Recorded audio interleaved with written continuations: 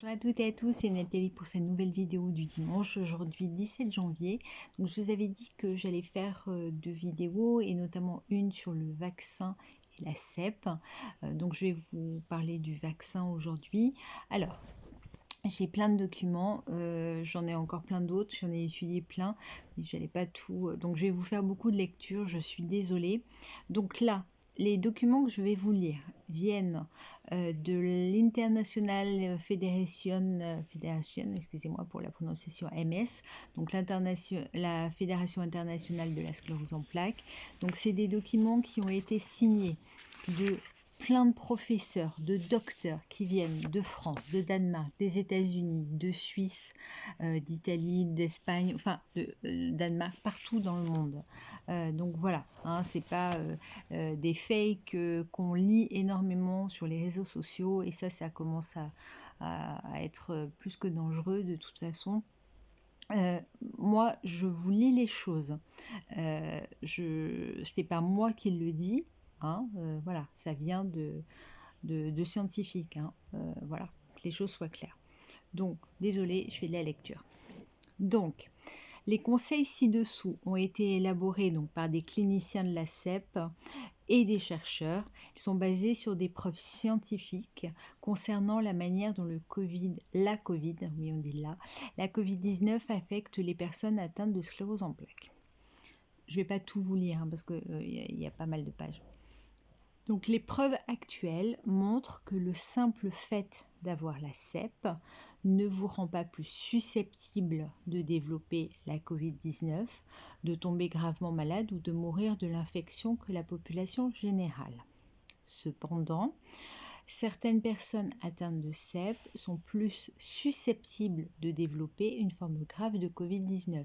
Donc les personnes qui sont atteintes notamment de forme progressive, les personnes atteintes de CEP et âgés de plus de 60 ans, les hommes, pour une fois les hommes, voilà, les personnes avec des niveaux de handicap élevés, les personnes atteintes de CEP et d'obésité, de diabète ou de maladie du cœur, ou les personnes prenant certains traitements de fond. Donc voilà, donc, hein, vous avez bien fait le distinguo. Il est conseillé à toutes les personnes atteintes de CEP de suivre les directives de l'Organisation mondiale de la santé, donc l'OMS, pour réduire le risque d'infection par la Covid-19. Les personnes citées précédemment devront accorder une attention plus particulière à ces mesures. Alors, ce dont on nous parle tout le temps, mais que malheureusement tout le monde ne respecte pas, bon, la distance sociale, ça on le sait, porter un masque, éviter de vous rendre dans des endroits bondés, lavez-vous fréquemment les mains. Bon, ça, il y a des gens qui ont découvert maintenant qu'il fallait se laver les mains. Donc, d'ailleurs, moi qui maintenant travaille dans un cabinet médical, on n'a jamais eu aussi peu de gastro, ce genre de choses. Bah oui, les gens sont un peu plus propres. Il faut éviter donc de toucher les yeux, le nez, la bouche, à moins que vos mains soient propres. Bon, tousser dans son coude, dans un mouchoir, nettoyer, désinfecter fréquemment les surfaces, parler à son médecin de vos soins et rester actif. Essayez de participer à des activités qui améliorent votre bien-être physique et mental. Donc ça, c'est super important, mais ça, c'est valable pour tout le monde, puisque malheureusement, il y a de plus en plus de gens qui se renferment, quoi, en fait. Donc ça, c'est important. Donc, conseils concernant les traitements de fond et de la CEP. De nombreux traitements de fond pour la CEP agissent en supprimant ou en modifiant le système immunitaire. Certains médicaments peuvent augmenter la probabilité de développer des complications du Covid-19, mais ce risque doit être comparé avec les risques encourus en cas d'arrêt ou de retard du traitement.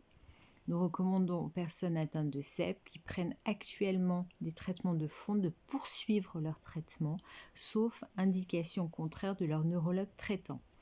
Les personnes qui développent des symptômes du Covid-19 ou dont le test est positif pour l'infection doivent discuter de leur traitement avec leur neurologue. Bon, ça bien évidemment.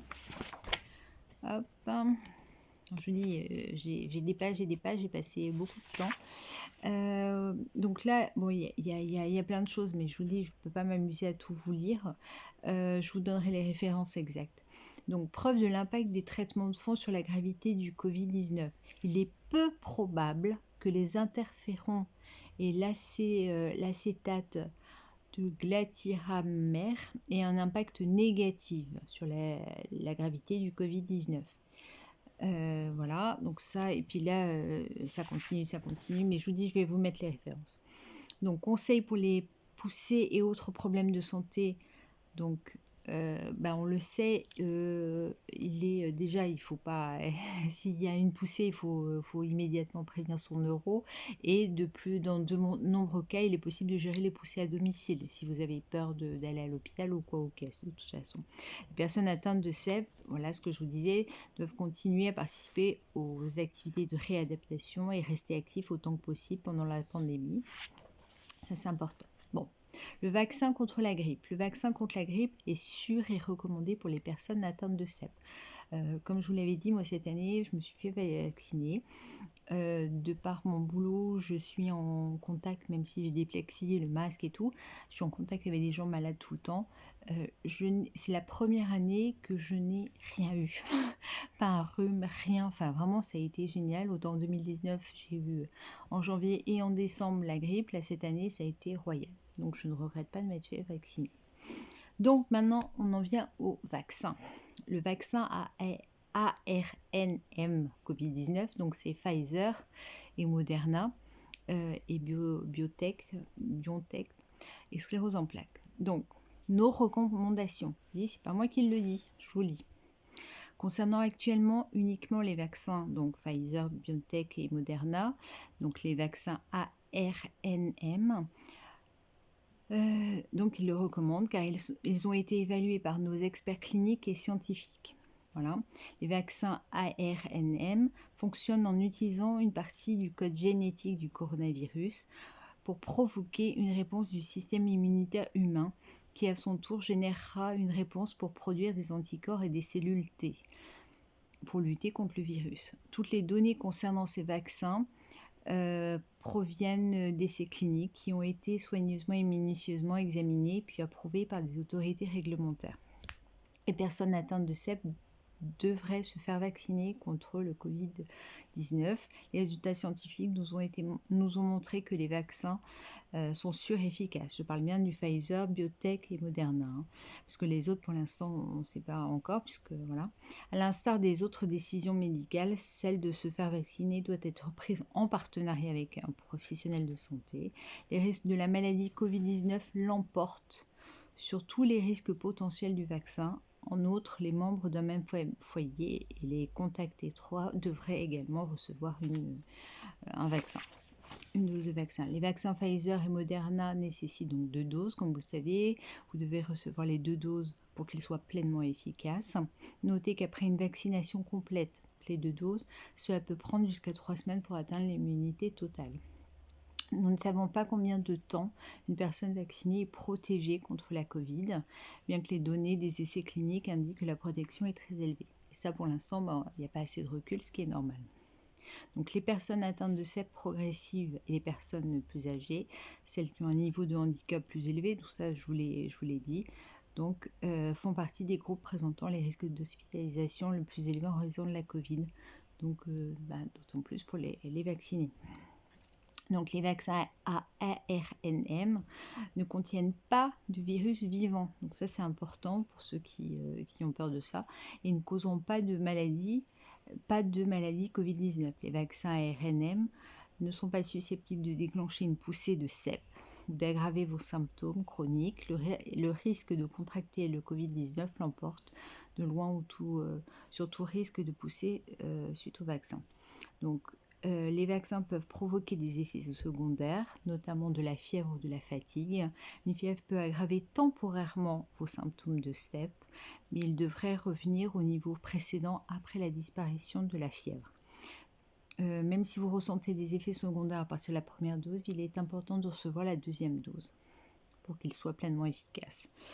Donc les vaccins Pfizer, BioNTech et Moderna sont sûrs à utiliser avec les traitements de fond.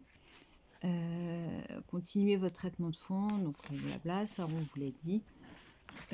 Voilà, donc je vous dis, je ne peux pas tout vous lire, mais donc chose importante, donc voilà, pour eux, ils se basent sur les faits que ce qu'on peut avoir avec la Covid-19 est bien plus grave que ce qu'on a avec la CEP. Voilà. Donc ça, après, c'est à chacun de réfléchir là-dessus. Alors certains vont dire, oui, moi j'ai eu le vaccin de l'hépatite B et j'ai une CEP à cause de ça. Il y a une émission il n'y a pas longtemps, euh, alors je ne me rappelle plus le titre, enfin bon, j'ai chopé ça en plein vol, donc disant que en fait c'était pas vrai du tout et on revient là-dessus. Donc moi je vous l'ai toujours dit, pour moi le vaccin pour l'hépatite D, B a déclenché, mais il n'a pas créé la CEP. Bon, de toute façon, là, pour la vaccination pour la Covid, de toute façon, on l'a déjà la CEP, hein, donc ça ne va pas nous faire double CEP. Enfin bon, bref. Tout ça pour dire que chacun fait ce qu'il veut. Moi, je suis pas là pour vous dire allez tous vous faire vacciner demain ou surtout ne le faites pas. Chacun réfléchit. Je voulais juste vous donner ces informations. Donc, je vous ai dit. Hein, donc, vous tapez MS International Fédération. Je le dis à la française. Et puis, vous verrez ça, mais il y a eu plein d'études là qui sont sorties, si vous voulez en savoir plus. Mais par contre, arrêtez de lire, s'il vous plaît, et de vous monter le bourrichon, certains d'entre vous, par rapport à toutes les fake news. Voilà, c'était quelques petites infos que je voulais vous donner. Je vous fais plein de gros bisous. J'espère que vous allez bien. Portez-vous bien, prenez soin de vous. Puis faites attention à vous et puis aux autres aussi. Gros bisous.